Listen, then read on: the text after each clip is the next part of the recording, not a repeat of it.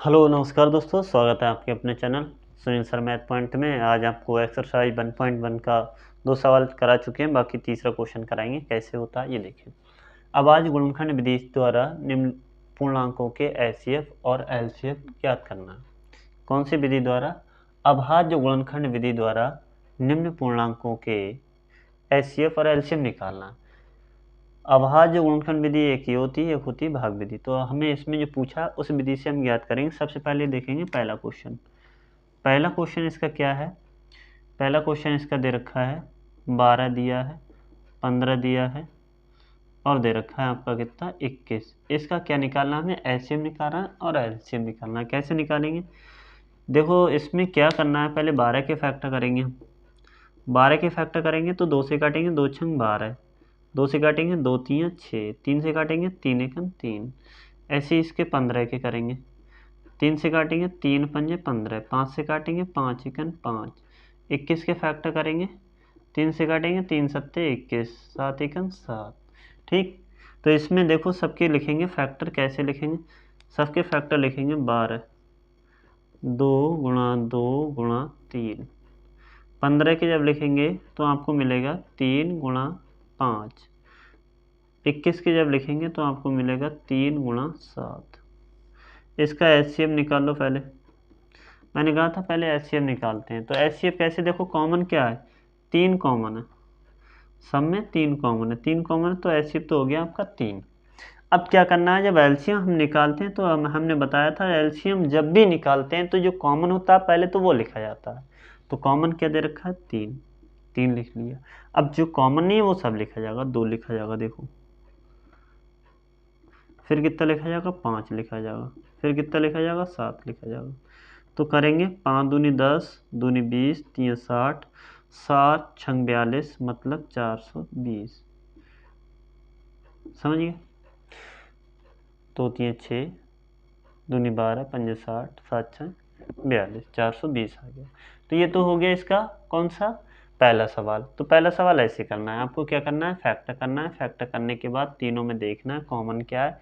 जो कॉमन होगा वो आपका मासा होगा, जो कॉमन नहीं है वो तो जो कॉमन है वो लिखा जाएगा, जो कॉमन नहीं है वो सब कुछ लिखा जाता है।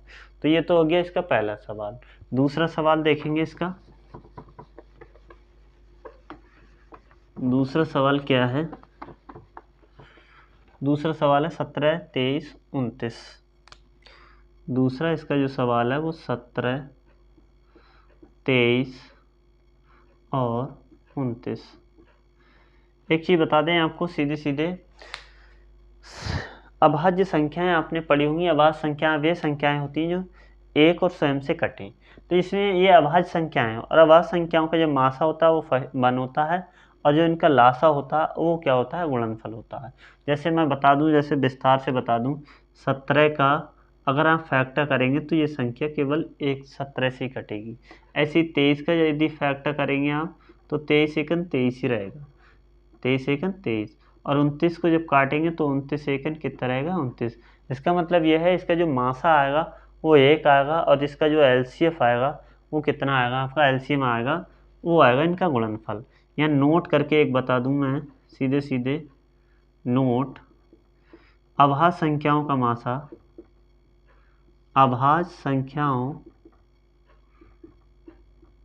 का एचसीएफ सदैव 1 होता है। कितना? सदैव 1।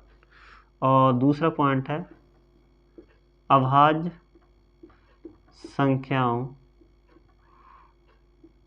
का एलसीएम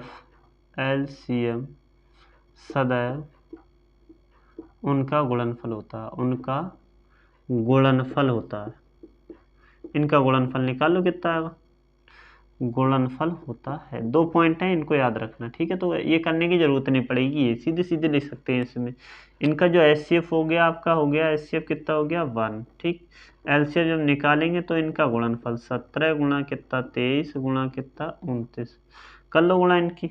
जब 17 और 29, इसकी 17 3 कितना हो गया? 51। हासिल कितना लगा? 5। 17 दूनी 34 और 5 कितना हो गया?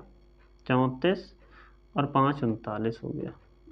इनकी गुणा कर लो। इनकी जब गुणा करेंगे आप 391 की जब गुणा करेंगे 29 से तो कितना आएगा, 9 1 9, 9 ने 81, 9 3 27, 27 और 8 कितना हो गया 35।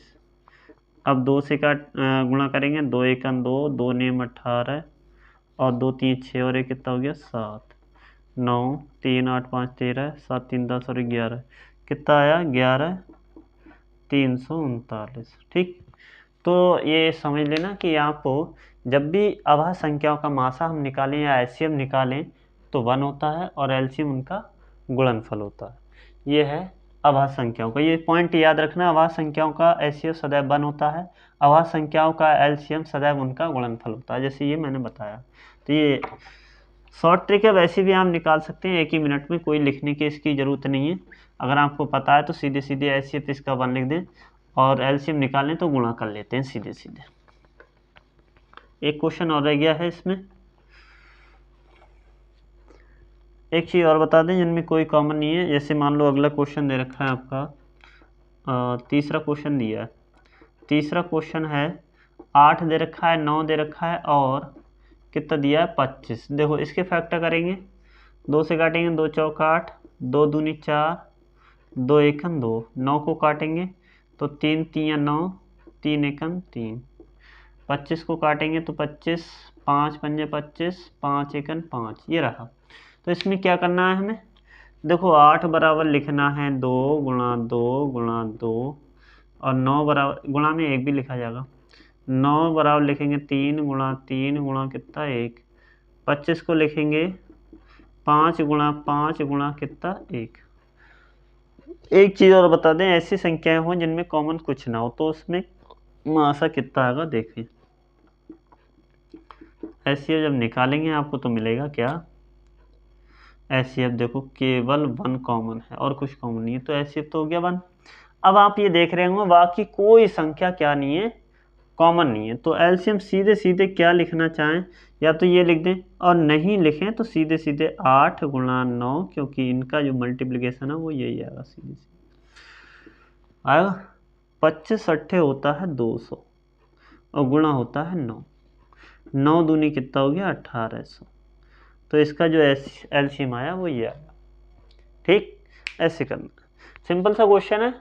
अगर आपको वैसे एक चीज़ और बता दें, जिसमें कॉमन कुछ नहीं होता है उसका मासा बनाएगा, और कॉमन कुछ नहीं है तो उनका जो एलसीएम है वो उनकी गुणनफल आएगा जो भी दे रखा है। अगला क्वेश्चन देखें इसका, ये तीसरा क्वेश्चन था। चौथा क्वेश्चन बहुत इंपॉर्टेंट क्वेश्चन है जो पेपर में आपको देखने को मिलेगा 100%।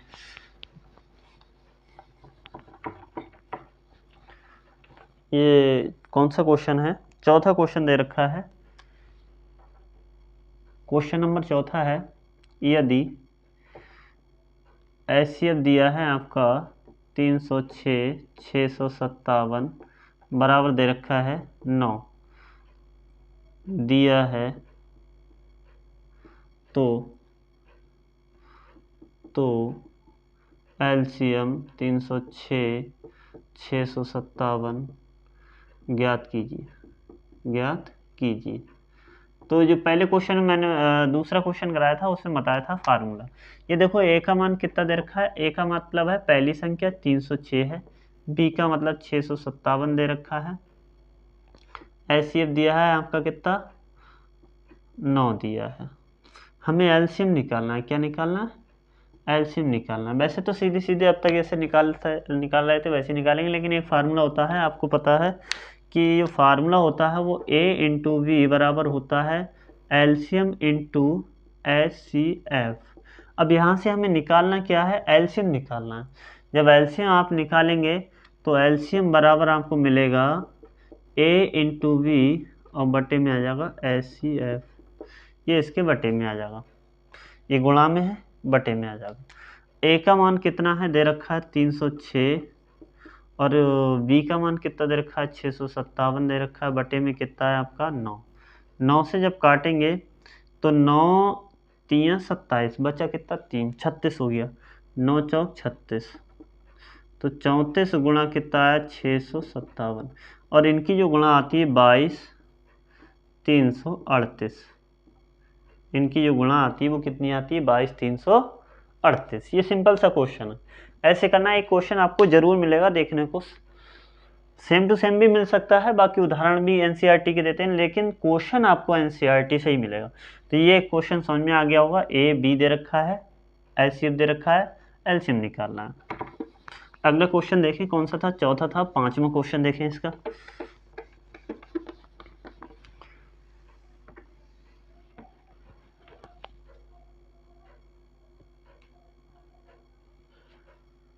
पांचवा क्वेश्चन क्या है? पांचवा क्वेश्चन दिया है, जांच कीजिए किसी प्राकृतिक संख्या के लिए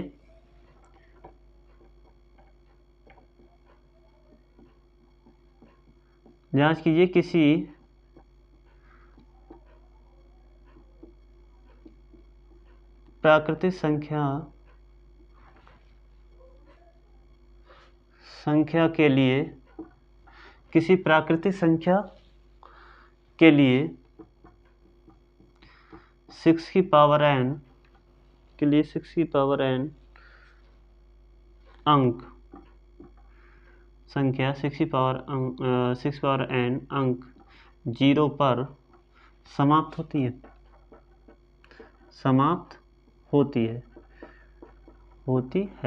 जांच कीजिए किसी प्राकृतिक संख्या के लिए 6 की पावर n अंक 0 पर समाप्त होती है। तो क्या करना है, देखो इसके जो फैक्टर करेंगे, 6 की पावर n दे रखा है, तो इसको लिखेंगे 2 गुणा 3 की पावर कितना n। आप जानते हैं कोई भी संख्या 0 पर कब समाप्त होगी? किसी प्राकृतिक संख्या के गुणनखंड 2 और 5 हों तो वह संख्या 2, 5 हों तो वह संख्या 0 पर समाप्त होती है। जैसे मान लो आपका दे रखा है यहाँ पर 2 इंटू कितना देना चाहिए, 5 की पावर n, तो ये संख्या कहाँ पर होगी, 0 पर समाप्त होगी। लेकिन 2 गुणा 3 की पावर n 0 पर समाप्त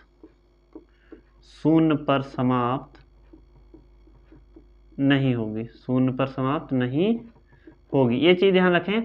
यदि किसी संख्या के जो गुणनखंड है वो 2 और 5 होना चाहिए तो वह संख्या 0 पर समाप्त होगी, और यदि किसी संख्या के गुणनखंड 2 और 3 है तो वह संख्या 0 पर समाप्त नहीं होगी। तो यही मैंने बताया था, जांच कीजिए किसी प्राकृतिक संख्या के लिए 6 की पावर n अंक 0 पर समाप्त होती है। नहीं, 6 की पावर n है, 6 के जो गुणनखंड होंगे 2 गुणा 3 होंगे, लेकिन किसी प्राकृतिक संख्या का गुणनखंड 2 और 5 हो तो वह संख्या 0 पर समाप्त होती है।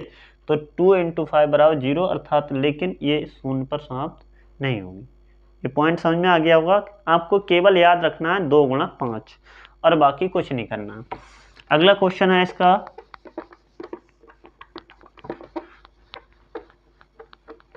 अगला जो क्वेश्चन आपका दे रखा है वो दिया है कि संख्या भाज्य क्यों है। अगली संख्या दे रखी है कि ये संख्या भाज्य क्यों है। जांच कीजिए या व्याख्या कीजिए। क्वेश्चन नंबर कौन सा है, छठा। व्याख्या कीजिए कि आपका क्वेश्चन दे रखा है 7 गुणा 11 गुणा 13 प्लस कितना है 13, और 7 गुणा कितना है 7 गुणा 6 गुणा 5 गुणा 4 गुणा 3 गुणा 2 गुणा 1 प्लस 5 भाज्य क्यों है। भाज्य संख्याएं क्यों हैं ये बताना है। तो भाज्य और अभाज्य मैंने बताया था, अभाज्य वह संख्या होती है जो किसी से ना कटे, और भाज्य वह होती है जो एक और स्वयं के अतिरिक्त अन्य से भी कट जाए। तो देखो कैसे करते हैं सॉल्यूशन इसका। ये दे रखा है 7 गुणा 11 गुणा 13 प्लस 13, और दूसरी संख्या है 7 गुणा 6 गुणा 5 गुणा 4 गुणा 3 गुणा 2 गुणा 1, और प्लस कितना है 5। यहाँ से देखो कुछ कॉमन आ रहा है, 13 कॉमन ले लिए तो यहाँ कितना बचा 7 गुणा 11 प्लस कितना 1। यहाँ से कितना कॉमन आ रहा है 5 कॉमन आ रहा है, तो 7 गुणा 6 गुणा 4 गुणा 3 गुणा 2 गुणा 1 प्लस का 1। देखो ध्यान से, ये एक पूरी संख्या है, ये नहीं कि अलग अलग है। एक चीज़ ध्यान रखें, जैसे मान लो 4 गुणा 5 गुणा 6 गुणा 7 गुणा 8 ऐसे अगर दे रखा है तो ये एक संख्या है। तो ये एक संख्या किसी से नहीं कटनी चाहिए, तब वह कैसी होगी, अभाज्य होगी। लेकिन ये संख्या देखो किससे कट रही है, ये संख्या किससे कट रही है 13 से, ये संख्या किससे कट रही है 5 से। चूंकि करके लिखेंगे ये संख्याएं 13 व 5 से विभाज्य हैं, अतः ये संख्याएं, पूरा सॉल्व करने की जरूरत नहीं है क्योंकि 1-2 नंबर में क्वेश्चन आएगा, पूरा सॉल्व मत करो। अतः ये संख्याएं भाज्य, बस इतना लिखना। क्योंकि अगर कोई संख्या एक और स्वयं के अतिरिक्त किसी से नहीं कट रही तो वह अभाज्य होती है, लेकिन ये 13 से कट रही है, 5 से कट रही है, तो ये संख्या कैसी होगी, भाज्य होगी। समझ में आ गया होगा कि वह संख्या जो किसी से न कटे अर्थात एक और स्वयं से कटे तो वह कौन सी होती है, भाज्य, और जो एक और स्वयं के अतिरिक्त अन्य से भी कट जाए तो वह कौन सी होती है, भाज्य। तो ये संख्या 5 से और ये संख्या 13 से, इसलिए ये संख्या कैसी है, भाज्य। एक क्वेश्चन और रह गया है इसमें, लास्ट क्वेश्चन। लास्ट क्वेश्चन क्या दिया है इसका देखें। कह रहा है इसमें दे रखा है एक वृत्ताकार पथ है, किसी खेल के मैदान के चारों ओर एक वृत्ताकार पथ है। इस मैदान का एक चक्कर लगाने में सोनिया को 18 मिनट लगते हैं जबकि रवि को 12 मिनट लगते हैं। कितने मिनट, 12 मिनट। वे दोनों एक ही स्थान और एक ही समय पर चलना प्रारंभ करके एक ही दिशा में चलते हैं तो कितने समय बाद पुनः प्रारंभ स्थान पर मिलेंगे। मतलब उसी एक खेल का जो मैदान है इस टाइप का, इसका एक चक्कर पूरा करने में सोनिया को 18 मिनट लगते हैं, रवि को 12 मिनट लगते हैं। तो लिखेंगे, क्वेश्चन नंबर है आपका 7वां, सोनिया द्वारा एक चक्कर पूरा करने में लगा समय, कितना समय लगता है, 18 मिनट। और रवि द्वारा एक चक्कर पूरा करने में लगा समय कितना है, 12 मिनट। अब कह रहे हैं कि एक ही साथ और मतलब एक ही समय में चलना स्टार्ट करें तो इनका ये पुनः उसी स्थान पर कितने समय बाद मिलेंगे। तो क्या करेंगे, इनका एलसीएम निकाल लो, 18 का और किसका, 12 का। तो भाग विधि से निकालने कोई दिक्कत नहीं है, हमें तो क्वेश्चन सॉल्व करना है। 2 से काटेंगे, 2 नेम 18, 2 छंग 12। अब ये कटेगा किसी से, 2 से फिर कट जाएगा, 2 3 6, 3 से काटेंगे, 3 3 9, 3 1 3, 3 से फिर कट जाएगा, 3 1 3, 3 1 3। तो इसका जो लासा आएगा वो कितना आएगा, 2 गुणा 2 गुणा 3 गुणा 3, 2 दूनी 4 3 12 3 36। 36 मिनट बाद ये पुनः एक ही स्थान पर मिलेंगे। कितने, एक ही स्थान पर मिलेंगे, कितने घंटे बाद, कितने मिनट बाद, 36 मिनट बाद। तो ये एक्सरसाइज पहली कंप्लीट हुई, दूसरी एक्सरसाइज भी कराएंगे इसकी। तो ये क्वेश्चन अगर आपको समझ में आए तो वीडियो को लाइक करें और ज़्यादा से ज़्यादा शेयर करें, चैनल को सब्सक्राइब करें। जय हिंद, जय भारत।